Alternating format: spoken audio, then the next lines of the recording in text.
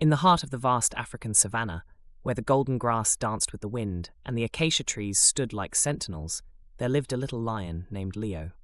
While most cubs his age were boisterous and fearless, bounding after one another in games of tag or pouncing on unsuspecting beetles, Leo was different. You see, Leo was the smallest lion in his pride. His fur was a few shades lighter than the others, his roar was more of a squeak, and most days he preferred sitting quietly by his mother rather than wrestling with his siblings. His older brothers and sisters dubbed him the lazy cub, a nickname meant in jest, but it stuck to Leo like a thorn. What they didn't understand, and what Leo hardly knew how to explain, was that he wasn't lazy at all. He was afraid.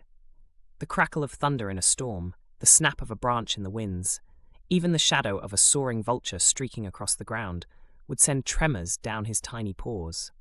His father, the mighty leader of the pride, would nudge him encouragingly and say, "Leo, bravery isn't about never being scared.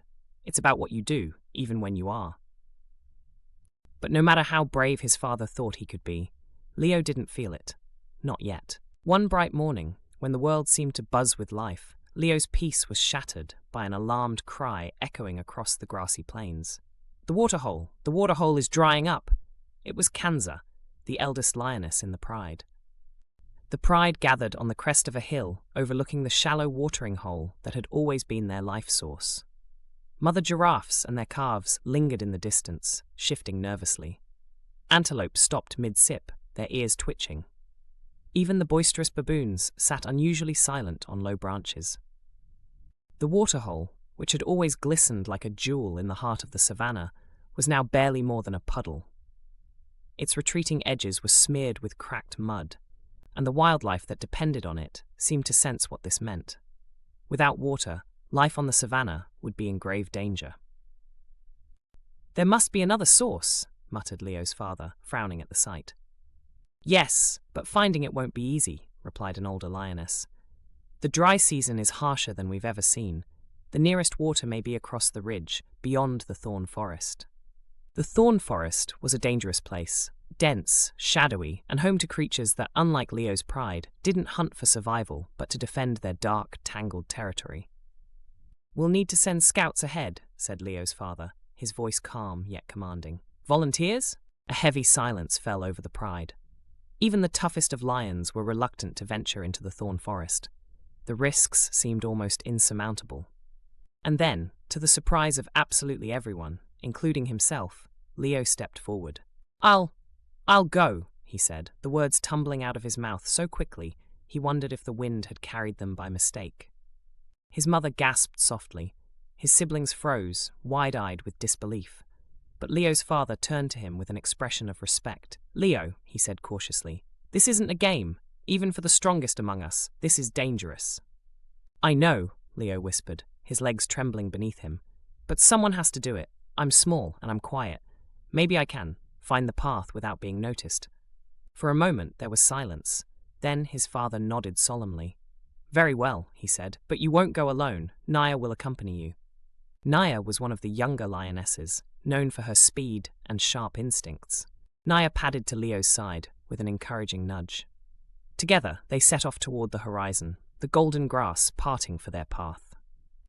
The thorn forest loomed in the distance, its jagged trees clumped together like an impenetrable fortress.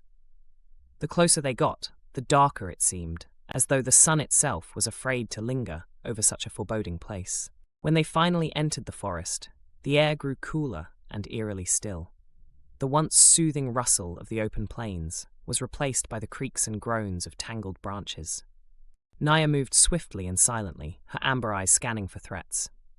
Leo, on the other hand, felt his every step weighed down with doubt.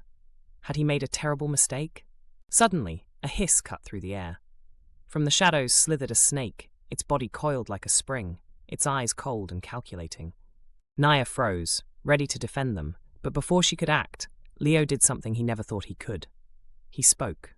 "We mean no harm," he said, his voice trembling but steady. "We're just passing through. Our home, our pride, needs water. Please let us continue." The snake regarded him for a long, tense moment, its forked tongue flicking in and out. Then, to Leo's astonishment, it uncoiled and slithered away. vanishing into the underbrush. Naya stared at Leo, her eyes wide. "How did you do that?" she whispered. I don't know," he admitted, but something warm and unfamiliar flickered inside him, a spark of courage. As they ventured farther, they faced more challenges: sharp branches that tore at their fur, distant growls that made the hairs on the back of Leo's neck stand on end, and twisting paths that seemed designed to confuse and disorient them. But with each step, Leo grew braver. He began noticing things Nia didn't: the faint scent of fresh water carried on the breeze, the way the sunlight filtered through the thorns to mark a hidden trail. Slowly but surely, the two lions navigated the labyrinth of the forest. At last, they broke through the other side, and what awaited them was nothing short of a miracle: a sprawling, crystal-clear lake, surrounded by lush greenery. Birds chirped from the treetops, and herds of animals drank freely from its cool depths. It was as though they had stepped into another world, untouched by the drought that gripped their home. "We found it," Naya breathed, her voice filled with awe. "Leo, you did it!" Leo felt a surge of pride, unlike anything he had ever experienced. For the first time, he didn't feel small. He didn't feel scared. He felt brave. When they returned to the pride and shared what they had discovered, the lions roared with joy and relief. The news spread quickly, and soon, animals from across the savannah began the migration to the newfound water source. Leo's father approached him, his eyes glistening with pride. "You've done something extraordinary today, my son," he said. "You showed us all that courage isn't about size or strength. It's about heart." He became the brave little lion, a symbol of hope, and a reminder that even the smallest among us can make the biggest difference. And as he gazed across the savannah, the golden grass swaying in the breeze, Leo realized something important. Bravery wasn't about not being afraid. It was about moving forward, even when every step felt uncertain. And as he gazed across the savannah, the golden grass swaying in the breeze, Leo realized something important. Bravery wasn't about not being afraid. It was about moving forward, even when every step felt uncertain. And that, he thought with a smile, made all the difference.